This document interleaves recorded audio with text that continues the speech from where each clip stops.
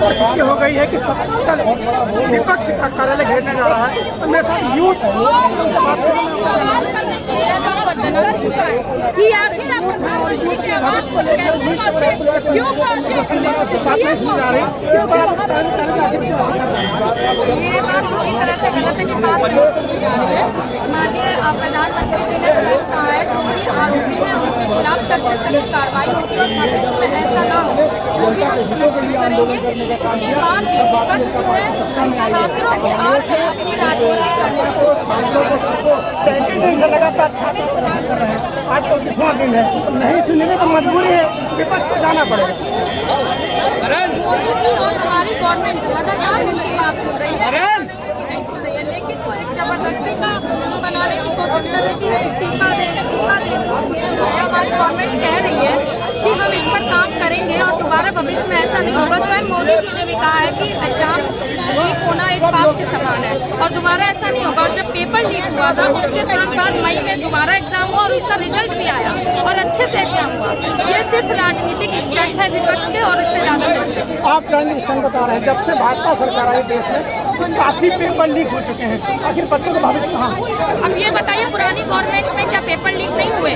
मैंने खुद यूपीपीएससी का एग्जाम दिया था 2014 में, तो जो है अखिलेश यादव जी की सरकार थी और पेपर लीक हुआ और कई पेपर लीक लगातार होते रहे हैं। तो वो अपने गृहबान में झांक कर नहीं देखेंगे। हम तो अपनी कमियों के सुधार पे काम कर रहे हैं, लेकिन उन्होंने क्या सुधार किया? कोई सुधार नहीं किया। उसके बाद फिर वही बार वही चीजें होती है। मैडम ने बहुत सही बात है, पुराने समय में पेपर लीक होते रहे। अगर पुराना समय खराब था अभी वो आपको सत्ता में लाए थे, अब भी वही समय रहेगा तो परिवर्तन का फिर असर क्या होगा? नहीं, तो चीजें जब होती हैं तभी पता चलता है कि क्या सिस्टम में कमियां है। जब सिस्टम में कमियां हमें पता चलेगी तभी तो उनमें सुधार करेंगे। यानी जैसे पहले होता था ऐसा आज भी होगा? ऐसा आज अब कैसे होगा? नहीं, आप जैसा पहले वैसे आज होगा? नहीं, वैसा क्यों होगा?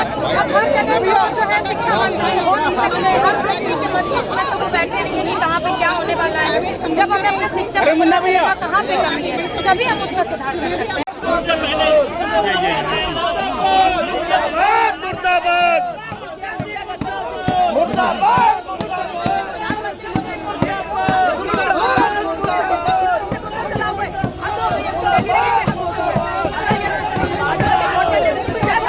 मैडम अभी तक हुआ रहा कि हमेशा विपक्ष सत्ता दल का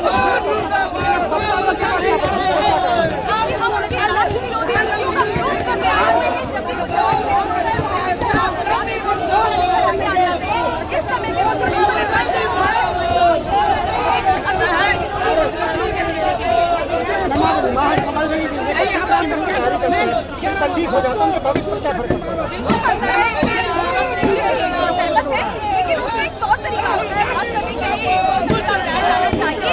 और अभी तक विपक्षी पार्टियां कहा कि अगर उनकी सहानुभूति है तो कल कहाँ से आ गई? अभी तक ये कहाँ का है कि हम उससे सवाल करना चाहते हैं। यही सवाल सरकार से, बच्चे कई दिन से वहाँ प्रदर्शन कर रहे हैं, आज 34वां दिन है, अब सरकार को याद है आखिर कहाँ की सरकार? बिल्कुल बात होगी, इसके लिए हम आपको आश्वस्त करते हैं शांतिपूर्वक वार्ता होगी, लेकिन ये तौर तरीका नहीं है कहीं गुस्से में नाराजगी में लड़ाई करके आप कोई भी शांति वार्ता नहीं कर सकते। इस सरकार में लगभग 85 पेपर लीक होने हैं, आखिर छात्र कब तक बर्दाश्त करेंगे? नहीं, बिल्कुल इसे सरकार भी बर्दाश्त नहीं करेगी, हम भी बर्दाश्त नहीं करेंगे और इसके लिए कोई सभी के तरीके से बहुत मजबूत कदम उठाया जाएगा। हम सभी राष्ट्र को आश्वस्त करते हैं। क्या आपको लगता है पेपर लीक करके विश्व गुरु बन सकते हैं? बिल्कुल नहीं, ये कुछ गलतियां हुई है, ये जरूरी नहीं आप राष्ट्र को राष्ट्र जिसका नेतृत्व है उनको हम तोड़ रहे हैं।